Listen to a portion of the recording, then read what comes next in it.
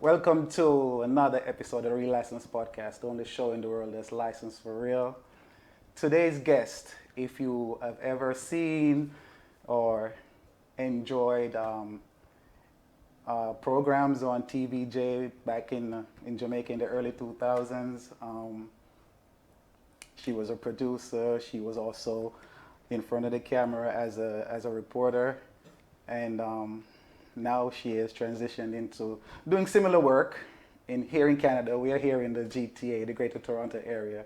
Now she now works for the CBC, the Canadian Broadcasting Corporation, as a senior journalist, and on a particular program called Being Black in Canada. And more importantly, of all the credentials I've just mentioned, she is from the Republic of St. Thomas. I stole that from Kerry-Ann. Kerry-Ann, I stole that from you. Say hello to Miss Kerry-Ann Coombs. More importantly than any other thing else, for the sake of this program, she is from Paul Bogle Country, aka the Republic of St. Thomas. T, welcome to the program, madam. Thanks for having me. Let's just get right into it. You know what we're about on this program. We highlight, the communities of Paul Bogle Country, St. Thomas, and where is home for you? Where do you call home? Where did life start for Tamika? Well, it's interesting. I mean, for me, it's more church corner. Those are my earliest memories. My grandparents, they're from Church Corner. They lived up on the hill summit right there. For a bit, we lived in Johnstown. I lived in Johnstown with my mom for a bit. Mm-hmm. And then, just around grade 5, we moved and relocated to Church Corner. So Church Corner is my home base. But, because I went to school in license, I always say, I have this spot in my heart for license as well. Okay, and you know how special that is to me, Oh yes, oh yes, oh yes, oh yes. You see the name of this podcast, right? So Church Corner, I'm actually very connected to Church Corner. I have some good friends here. Big up to Braga, Raya, we all my good friends from Church Corner. So let's talk about education. Early childhood education, where did you start? Yeah, so I started, I wouldn't say grade 1. My mom used to move around a bit, so she was a public health nurse, and she was stationed in Clarendon for a little bit, but then I remember she got an opportunity to be the public health nurse for St. Thomas, and so we relocated to St. Thomas, and that's when, I started at license school in grade 2. I believe Miss Parks was my teacher, so I started license school in grade 2. Mm-hmm. Licensed primary. Well, yes. In my time, it was licensed all age. Licensed all age. Yes. Who was principal at that time? Well, the one and only, the great Mrs. Keene. Miss Verna Keene. Yes, Miss. A walking, talking, living legend. She's still alive. Yes, and she's here most of the time here in Canada. Yes. She lives in the GTA, I'm told, and that's also my era too. Miss Keene, Miss Marshall, Mrs. Cousins taught me a grade 6, prepared me for my comprehension and all that. So we have a lot in common. Definitely. So Mrs. Keene, she was great in instilling, she liked when you spoke English. For so, she was very well spoken. Nothing wrong with Potway, but as young children, she wanted us to speak English. So she was really great at teaching English. Mm-hmm. And she had this, soft spot for any child that was going through anything, or if you felt down for whatever reason. She used to have this way of trying to boost your confidence. And that's what I remember Mrs. Keene for mostly. Mm-hmm. And then, of course, you mentioned Mrs. Cousins. Mm-hmm. Mrs. Cousins, listen, I still remember the licks Mrs. Cousins used to give me, okay? In grade 6. But, we're not knocking it. We're not knocking it because, her methods enabled so many of us to pass, our common entrance. It was a different era. It worked for us back then. I'm not sure if it would work in this day and age. These are different times. Yeah, definitely. But we turned out well, We turned out okay. So I'm not knocking it. And of course, you had Mrs. Barkley, you had Mrs. Edmondson, all of those people, Foundation, and Mr. Otti as well. We can't leave out Mr. Otti because he also, I think he was the track and field coach at the time, and he was very supportive. Yeah, I know who he is, but he wasn't there in my time. Oh, it wasn't? Okay. I'm a little bit older. And then, after primary school?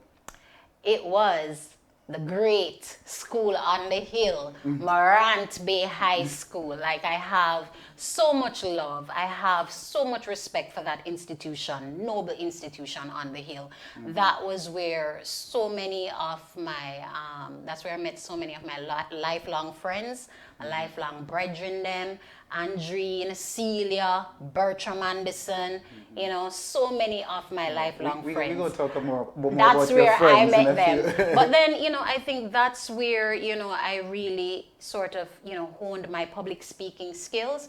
That's where I developed a love for debating. That's where, you know, you start to move from, you know, childhood into teenage stage and starting to focus, and you know, you're just trying to form where you want your career to be. So Morant Bay High School did that for me. Okay. So it is safe to say the love for journalism and the media space, so to speak, is kind of started right there, because that was going to be my next question. Because, you know, some people crafted their careers from, you know, as far back as basic school, and then some people, their careers just fell in their lap. So, you know, I guess the love for public speaking at Morant Bay High School is where the love for, you know, journalistic work, so to speak, began. Yeah, definitely. Definitely. I can remember it clearly. You know, my interest in mass communications, journalism, it all started in third form. I remember, you know, I was saying to mom, you know, I'm interested, you know, this whole wanting to go to Carmack University, to go to University of the West Indies and be in their Carmack department. It all sort of started there in third form career week. And, you know, I remember telling my mom that I think I'm interested in this thing called journalism. And she said, are you sure, Tamika? And I said, yes. And I'll never forget it. She said, okay, why don't you write to TV, to JBC? Back then it was still JBC. So I wrote a letter to JBC, you know, regular mail, post, and we got a response. I was so shocked that we got a response, and the response was an invitation for us to come and watch the Tuesday Forum program. So then it was hosted by, you know, a woman called Elaine Wint Leslie, and so I used to like to watch Tuesday Forum, and she was just watch how poised she was as she used to interview various Jamaican personalities. And she invited us to come and said, you know, I said, but mommy, it's during the school week, you know, she have her little Rover car, and she's like, don't worry, Tamika, we're gonna go after school. And I invited one of my best friends to come along with me, Andreen Senior. And so after school, we drive, go watch the Tuesday Forum program, and I think it aired at 10 p.m. And when it finished, you know, we come back in a little Rover at night driving, and the car broke down. The car broke down in the night, and, you know, some good Samaritan by pamphlet helped her to fix the car, and we eventually got home. But just to tell you, you know, she just wanted to encourage my love, my interests, and that's where it began. After, you know, after going to that live broadcast of that program, I looked at it and I said, you know, I don't know if I really wanted to have like a show of my own, but that sort of just sparked my love for that field. And a journalistic star was born. I wouldn't go that far. I wouldn't go that far, but you know, that's where, that's where the seed was planted. The seed was definitely planted then. So talk a little bit about, you know, tertiary education. Where did you attend college? University of the West Indies. And it's funny, you know, I love to tell people this story. So University of the West Indies, I did the Carmack test. Back then when I was applying for Carmack, which is where all journalists and, you know, media personalities back then, you know, would want to go and get their degree, their mass communications bachelor's degree. And at the time, they were only taking 35 people, right? And majority of those people would be taken from around the Caribbean. So to get to pass the test, to get into Carmack was quite difficult. And so the first year, you know, right after sixth form, I took it. I did not pass the test. I was not successful. I had got into an English program. So I say, English and history. So I remember saying, okay, you know, mom is like, you know, go still, you know, start, and maybe after your first year, you can do the test again and make a transfer to Carmack. Well, my dear, myself and my friend, I have a friend, Monique Murray, I pull her, rope her in, and I was like, let's go do the Carmack test, man. When I did the test, the second time around, Monique got in and I didn't get in immediately. Monique got in and I didn't get in immediately. No, let me tell you, my 18, 19-year-old self at the time was absolutely crushed. I was like, I don't understand this, mommy.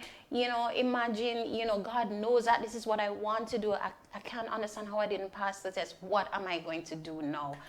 And, I was in tears. I thought this was the end of it for me. What am I going to do? And then mommy said, well, just focus on your English degree.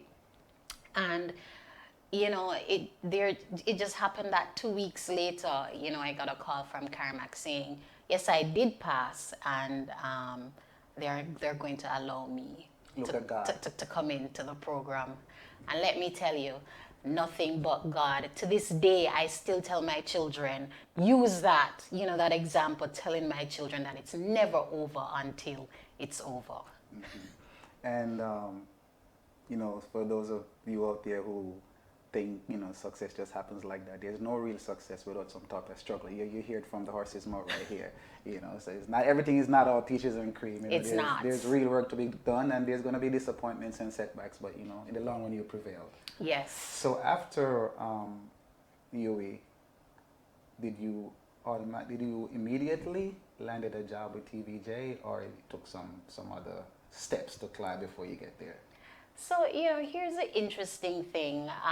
So after I finished Carmack, I remember my degree, and I think I stayed home for a period of 2 to 3 months. I stayed home for a bit, applying for different jobs. And of course, Tamika took out student loan, and a very good church friend and family friend of ours signed as guarantor. Mm-hmm. So, after that 3-month period, everybody wanted to know Tamika need to get to work so that Tamika can start pay back the student loan and not have the guarantor, under any type of stress. In financial trouble. Exactly. So, we applied to NCB Bank in Morant Bay. That never worked out. We applied to a PR company in Kingston, and we applied to TVJ. And the thing is, I wasn't even sure at the time that I should apply for TVJ because there weren't any job postings that were open at the time. I used to scale the paper, looking at the Gleaner, the Sunday Gleaner every Sunday. Yes. Yeah, and it's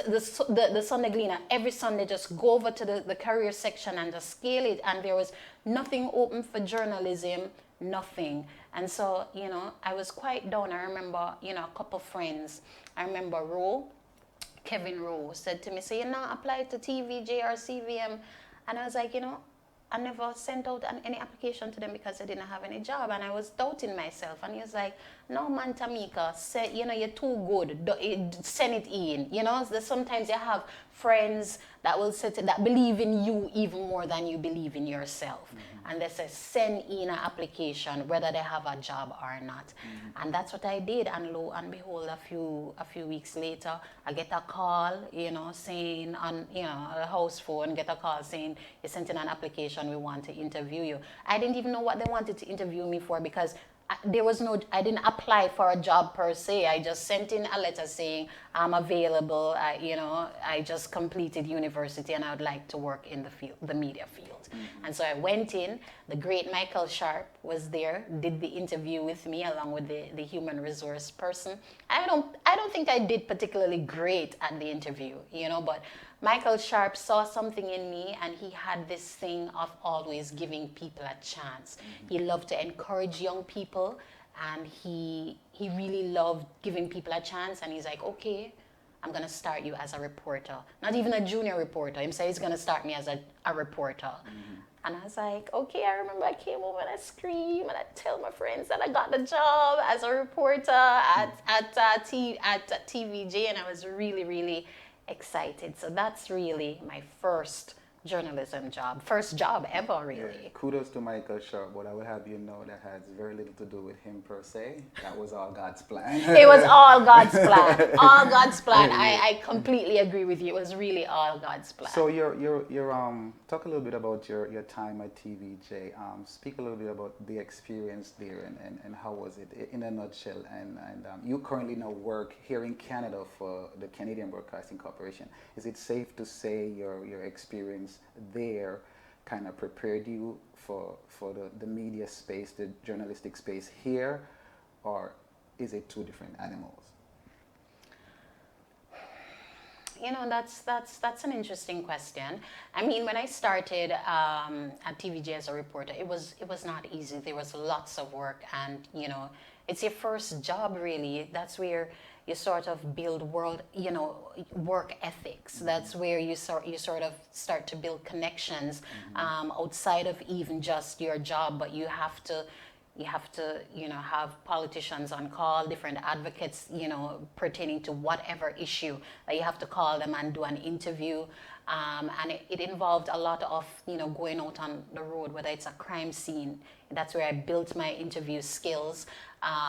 And sometimes, you have some real political stories or some hard, research type of stories that you have to really sit down and go through it and say, okay, how do I make this story good for the public? How do I break it down in such a way that the public understands what this is about and that they get all the important aspects, So that really honed my skills for breaking things down and, to layman's terms. Not that the public isn't smart and intelligent, but they really don't need to hear all the jargon and the boring stuff. They really need for you to get straight to the point and break it down. What's interesting about this story? Why do I need to care? So that's what I learned. And Michael Sharp, he really helped me with my voice training. I didn't really have voice training per se when I was going to university.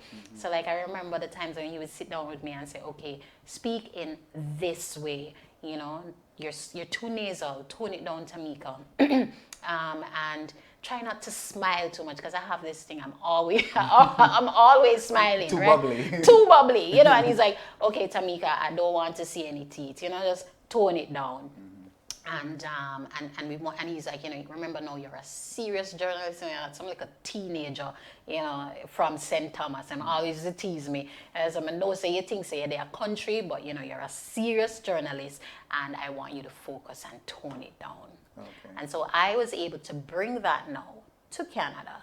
And, I think because I developed such a strong work ethic there in Jamaica, even though when I came to Canada working at C.B.C, at the news and the breaking news desk for C.B.C. News Network, which was, I just want to say that I felt like I was out of my depth. I felt really overwhelmed when I made the transition into the newsroom here. They were talking about so many topics. Some of the times it's the first time I'm even hearing about a topic. I remember they said to me, Tamika, do this interview for curling. At the time, I didn't even know what curling was. It's like a sport. They use this broom and thing. I had to go and Google it. You know what I mean? I had to Google it, and I had to make sure that the questions that I'm going to be asking the guests make sense. I don't want to look like an idiot, you know what I mean? Yeah. So the work ethic of, whenever they call you, can you come in today? Can you get this done? I learned all of that from TVG, and I was able to bring it here. And it took a while, you know what I mean, for me to feel comfortable in my own skin here. But, I felt like I got a really good foundation from TVG. Okay. The current program that you are senior producer for here in Canada is called Being Black in Canada. I want you to, let's spend some time on that. Because where we're from in Jamaica, one of our primary social issue is classism. Where I live in the United States, I live in New Jersey, racism is the foremost social problem, if you ask me. Here in Canada, I guess the question I want to ask is, how long has the CBC been running such a program? And why do you think it is necessary for the Canadian Broadcasting Corporation to have such a program, being black in Canada? I mean, coming from Jamaica, the Caribbean, racism was something you used to hear about, in North America. It wasn't something that I myself personally had experienced. So when you transitioned here to Canada, and I mean, my experiences here, it wasn't like open racism that you can touch. Get out of here, go back home, you don't belong there. Like, I didn't have those types of experiences. It's more covert. It's more covert, undercover. You're like, sometimes you come back home and you're like, wait, did that just happen? Wait, but that isn't that, you know what I mean? Like, it's those things that will mess with your mind, you know what I mean? You know what I mean? So it's not as open as in the States, so it's different here because Canadians, are very polite. They are very friendly people. But, it's underneath all of that. It can be simple things such as not getting access to the same opportunities as our white colleagues. And those things will mess with your mind. People just coming fresh out of universities, you train them. Suddenly, a couple months from now, these people are in positions that you had no way to even get access to those same opportunities that they get access to. And suddenly these people are your bosses and you're like wondering, you're sitting there for almost 9 years wondering, what's wrong with you? Are you not smart enough? Like, don't you have the same ideas that these people have? So, I mean, it took a while for you to realize that it's systemic racism. It's, people liking to give opportunities to people that look like them. They feel more comfortable with people that look like them. It's friends of friends who golf together, who, have experiences and connections and relationships together that people that look like me don't have the same access to. And that leads me to part 2 of that question. Yes. Do you find that being a woman, being a black woman from the Caribbean, in your role at the CBC, do you find it to be challenging? Do you find a lot of hurdles? Why did they choose you to be the producer, so to speak? There has to be a reason for that. Let me see if I can best answer your question. So just to take it back a little bit, like when I just came to Canada and I was working in the newsroom, I'm not a quiet person. Tamika is not quiet. Tamika is always talking. In Jamaica, people know me as being outgoing and talking. But when I came here, I sort of lost my voice because, I didn't, just the fact that I was different, I didn't want to draw any attention to me. Sometimes I was even afraid of letting people know that, one, I'm an immigrant, I'm a female immigrant, and again, I had 2 young kids. So, I was just trying not to create any attention for myself. I almost literally became like a wallflower. I literally just, shut it down and just tried to do the work. And that did not help me for the many years that I was in the newsroom. That did not help me. It wasn't until I got involved in a program called the Diversity Emerging Leaders Program for CBC that encouraged me to speak up, that encouraged me that being different, that encouraged me to celebrate being not only a black woman, but a black woman from the Caribbean. And so that's when I started to develop my voice. That's when I realized that it's okay to be different, okay. and not just because I come from Jamaica or from the Caribbean, it doesn't mean that I don't bring something to the table. So once that shift happened in my mind, even though there are challenges, I was better able to navigate that. I found that I was better able to be an advocate for younger ones coming up after me. When I meet with them, interns coming in, I'm like, look, you're in the newsroom, you're in the store meetings in the morning, speak up. They want to hear your perspective. They want to know what you think of that event that's happening over there, why you think they should cover it, Don't ever be a wallflower. Don't silence yourself or dim your light to make other people feel better. is it safe to say that your role that you play with the program that you do, such an important program, for people of color, would you say it's very demanding? I believe it's very demanding. I believe it's very demanding. It's interesting. When they came to me to do this program, I didn't think I was qualified for this program. I suggested so many others of my other colleagues, black colleagues at CBC. I'm like, why don't you go to that person? They do X and they do Y. Why are you even coming to me? That's me, again, not wanting to be in the spotlight and trying to dim my voice and trying to just be a wallflower. And they wouldn't leave me alone. They walked me almost to the parking lot, the day, saying, we really need you to consider this. And I came home. I just lost my mom not too long ago. And I was like, My condolences. I didn't know that. Thank you. So yeah, I just lost her not too long ago, and I was transferred into a different department, the SNAP news department.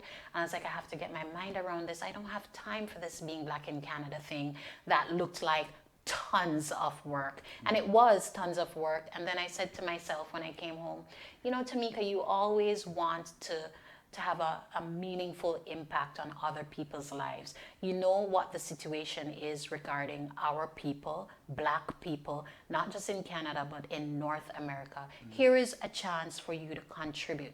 Here's a chance for you to amplify voices of black people. Why would you turn that away? And so that's when that sort of shift started happening in my mind. And then I realized, okay, I can't do much, but this is what I am going to do. This is how I'm going to contribute to the black community that I'm a part of. I guess for a hot second, you forgot that Paul Bogle spirit lives in you, huh? Right? Right? What does my shirt say? Marbury Rebellion. Exactly. Exactly. One of my products, shameless plug. Okay, you earned that plug. You earned that plug. You look amazing. You look physically in shape, and talking to you, you're very cohesive, very brilliant, very sharp. What are your self-care rituals or routines? What do you do to keep yourself in such great shape mentally and physically? I don't think I'm in great physical shape, but let's talk about the mental part. Let's just talk about the mental part. I don't know if a lot of people know.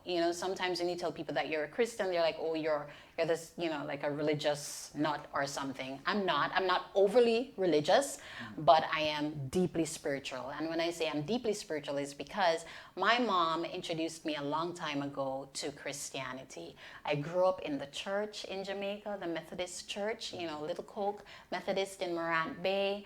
It had a vibrant Sunday school, people like Mrs. Whittle, people like, again, Sister Edmondson, and my mom. I know all those people. You know all those people, okay. And my mom, so they instilled in me the importance of believing in God. But more than anything, and this is what, my mom taught me how to pray. My mom taught me how to pray. And that has stayed with me all my life. And I mean, it's praying when you're happy, praying when you're down, praying when you're not sure about something is weighing on your mind. She taught me how to pray about it. And believe it or not, she, created this system where we have daily devotions. So even when we were here, we would have daily devotions with the kids growing up, 30-minute, read the daily bread, and it gave them an opportunity to just talk about whatever they felt like talking about. That's how I learned so much what's going on, with them at school, and it made me talk too about what I'm experiencing at work. And so that prayer life that I have developed, it takes all the stress off of me when I'm just able to just talk to God like he's my brother, talk to God like, he's my father, talk to God like someone cares about me. And so that just eliminates whatever problems I'm going through. And it enables me to realize that all things work together for the good of those who love the Lord. And I can say it so confidently because that's just the life that I've lived. So it's your spirituality. Yeah. I wanna transition into. I pay attention to your social media page, and I see you're very passionate about the Millicent Moody Foundation. Speak on who she is, what she meant to you, and a little bit about the foundation, and what are your objectives and your goals for the foundation. Yeah, I don't want to get emotional, but Millicent Moody, she is my mom. You know, she taught me everything I know. She was a public, at first she started out as a regular nurse. She went to England, and she got all her training there. She worked there for 10 years, and then she returned to Jamaica just about either the early 80s or the late 1970s. She returned to Jamaica to pursue public health, and she was a hard worker. She was resilient. She had this thing of making me know that whatever you want to be, Tamika, you can be it. Put absolutely no limits on yourself. Listen to me. If I told my mom that I wanted to be a rocket science, I mean, you know, as bizarre or anything strange, she would be like, it's okay. You can be a rocket scientist. You know, I was like, what? And I remember, and she used to tell me, aim when you're dreaming. You know, have big dreams. Don't be afraid to have big dreams. And she's like, aim for the stars, Tamika. Aim for the stars, so that just in case you fall among the treetops. You know what I mean? That's deep. Yeah, you know what I mean? So she was a believer in community. She loved to help people, you know, she never had the means to help as many people as she would have liked, but whatever she could do, she would help people. And so she was always known in church corner as nurse. See, nurse, they're coming in our little rover, our little white rover, and our little daughter behind her, which would be me.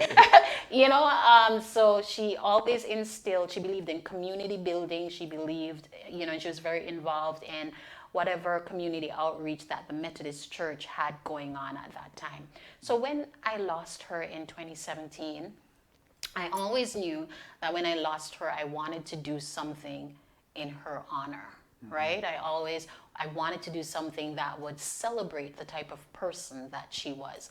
And so after I was able to get my grieving under control, I made the decision, you know, earlier this year to say, why not have a foundation in her name? And so we named it the Millicent Moody Foundation, and the aim is to offer a scholarship to a nursing student from St. Thomas. And we were able to do just that. We had our first recipient. It was open. We opened up applications in May, and we had, you know, I think I was overwhelmed by the amount of people who applied for that scholarship. And really, the scholarship offers like 1 year all tuition paid for whatever you know, creditable nursing institution that student is, you know. So we had lots of applicants from the University of the West Indies Nursing School, UTech Nursing School, Northern University, Excelsior. I mean, quite a few. And really, for me, the most important criteria is that they need to come from St. Thomas. That's just me, you know, giving back to the parish that nurtured me, giving back to the parish that made me who I am today. And it is the reason why I wanted you to speak on that, because I'm going to take this opportunity to announce something that I've been working on. I'm talking to some people behind the scenes because I don't know how to exactly go about it. The Eva Manners Foundation. Miss Eva Manners is my grandmother. She used to be the custodian at License All Age for years. She's the lady that used to sweep License All Age, because that's my grandmother. Oh, lovely. You know, I've gotten phone number for the principal. I want to say her name is Miss Beecher, current principal of License All Age. I haven't made contact yet because I'm still working out the kinks. And that's forthcoming. So, you know, that's why I'm kind of, you know, paying attention to your social media page and realize that that's the similar stuff I want to get done. But we're going to talk more about that. It's not about me today. It's more about you. No, but wait a minute. You know, I don't want to brush it under the rug, because you know what? You know, I encourage people who can do stuff like this to do it. You know, when people say to me, "Why are you doing this?" and it's not like we have lots of money sitting down on. You know, it's not like we're rich or anything. We don't. We don't. We are not rich. But it's just these little ways that we're trying to give back. You know, however you can do it. You know, you don't have to be rich. I have some friends who are willing to come on board. And, definitely. We also want to do something to encourage sports at License School because, you know, as you know, License School won the Eastern Primary Champs and the National Primary Champs. No one was screaming more than me. I was like, wait, that's License School. Yes. Yes, that's us. Right, that's all. Right, that's all. You know, but, you know, that's in the future. There's something about you and your circle of friends. We're gonna talk about them in a few minutes. That's so. I was drawn to you when I came to Toronto last year, and I saw you helping out with the Marble High School alumni fish fry. Talk a little bit about why you feel it's important for you to stay connected with Marble High School and be a part of that organization. Yeah, I'm not going to lie. Before, like I wasn't as involved in this as I ought to have been, especially, in some of my earlier years, like even while I was at TVJ, even when I just moved to Canada, like I wasn't really involved in the alumni as I ought to have been. But then something happened. A very good friend of mine, Bertram Anderson, who is now the president that of... guy. Yeah, that guy. that guy. Who is now There's something about that guy. Who is now the president of the MBHSAA based in Jamaica. And he became the president, and all of a sudden, I was just voluntold that I'm doing X. I'm voluntold that I'm selling shirts. I'm voluntold that, Toronto is doing this fish fry and I need to be involved. And Bertram is the type of person that you can't tell him no. You know what I mean?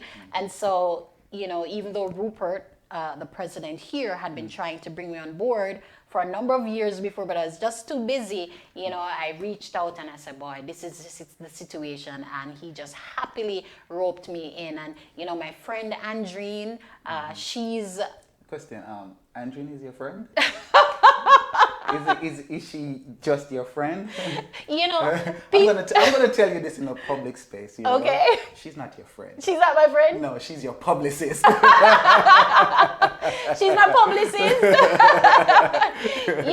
She is like, well, Tamika, because she's also involved in the MBHS, AA there, and she's like, back on the ground, back home, right? In Jamaica, right, back on the ground. And so she's like, so she's always doing all these things and suggesting that I be a part as well. And her sister is now, that's Kristen Senior. She's now the PR person for the MBHSAA as well. So between all three of them, it's almost like I have no choice but to be involved in this. Great job, friends. But to be involved in this. So, I'm happily on board. The funny thing though is, I'll tell you this, when you're at high school, when you're back as a teenager and you're in high school, it doesn't even occur to you what your high school is doing for you. You're so caught up in trying to pass your CXCs. You're so caught up in trying to pass your A levels, trying to figure out your life. So it's not until after, when you look back and you're like, but wait, say this school that I went to was a great school. I met a lot of great teachers at that school. Teachers who believed in you, teachers who wanted to see you succeed. The fact that the school molded you. And I'll talk about the principal. The principal for me back there was Mrs. Marshall Lodge. We used to look at her poise. She wasn't overly friendly with students, no. But the way how she was poised, the way she used to tell you that, listen, you must not be any common tomato. You know what I mean? You need to bring yourself and carry yourself in such a way that you are setting an example for others. People like Mr. Kumar, people like Mrs. Bell Coates, Mr. Silva, all these people were some of my favorite teachers that... You can't just slide over Mrs. Belcoats. No, I can't. She was my history teacher. You're talking to me, you can't just slide over her. And I loved her. That was my form teacher in first form. What? So from the beginning of high school, from day one. Okay, I won't just slide over her. Ecclesiastes chapter 3, there's a time and a place for everything. There you go. She taught me that. Exactly. And that was punishment for me. I had to write lines, like 500 lines, because I did something wrong, you know.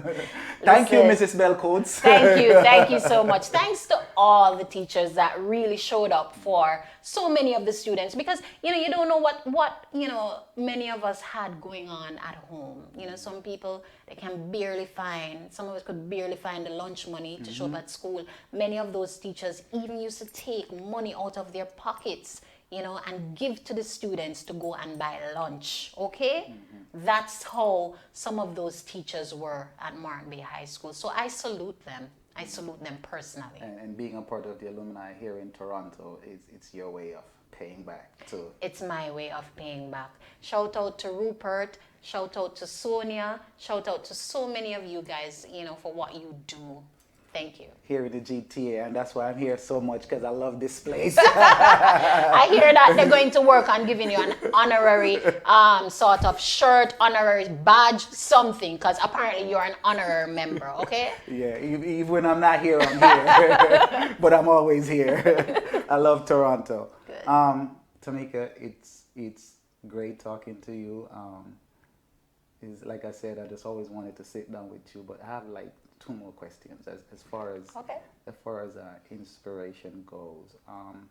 Someone once said, can't remember where I heard this, the highest human act is to inspire. Who inspires you?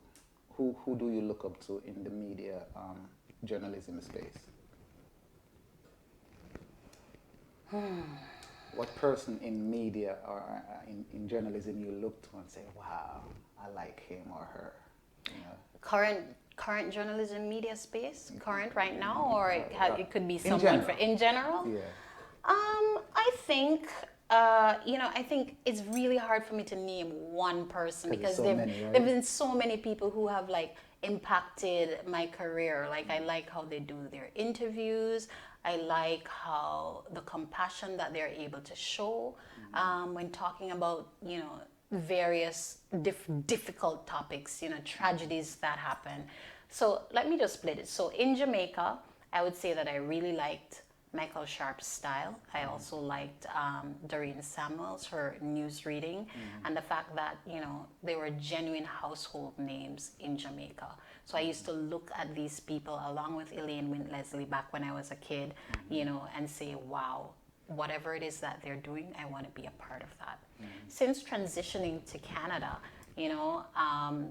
just looking at the North American space, we have Peter Mansbridge that was at CBC. He was like the CBC chief correspondent for news, and he anchored our main flagship program, the CBC, the National at Nights, for many, many years.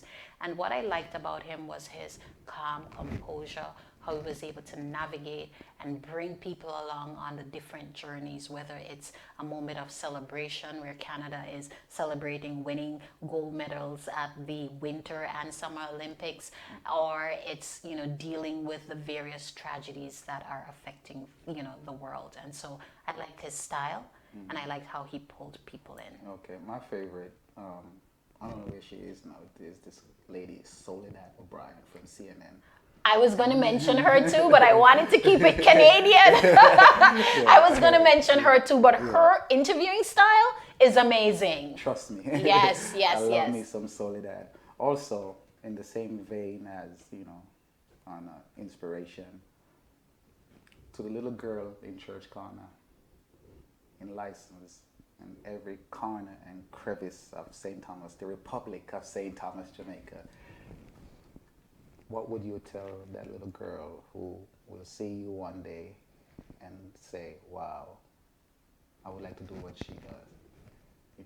What word of encouragement or advice would you give that one little girl who has no sense of direction, who knows not what she's going to do in her adult life?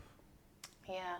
I'm thinking about it, and I'm trying not to be emotional, because little Tamika, young Tamika, bumpy head Tamika.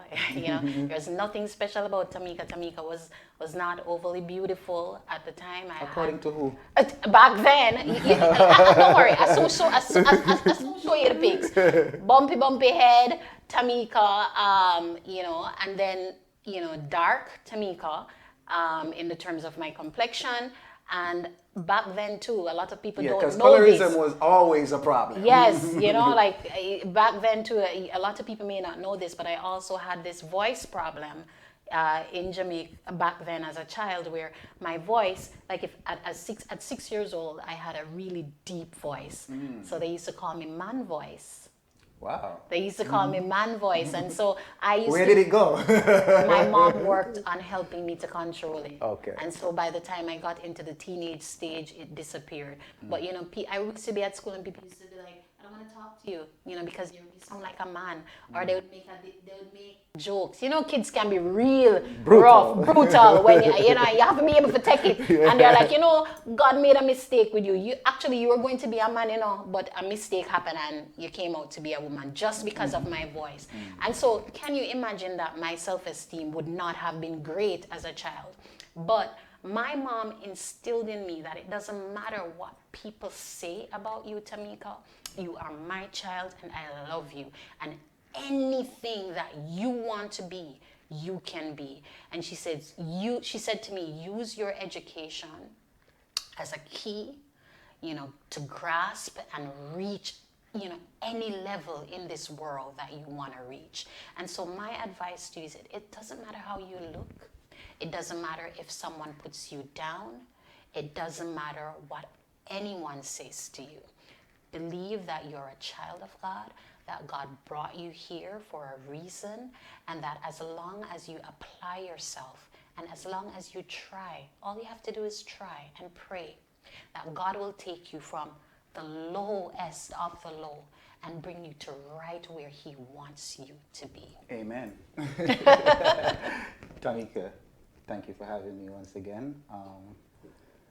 I don't want to stop, but we have time constraints. Yes, we do. Got any shout outs? Anybody want to shout out? I showed them out already. I showed them out already.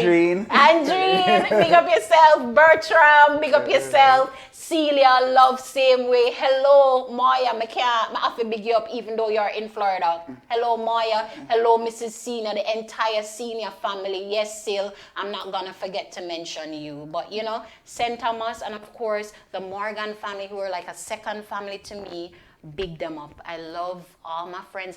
Even if you're not mentioned, just know that it's love same way, the same Tamika.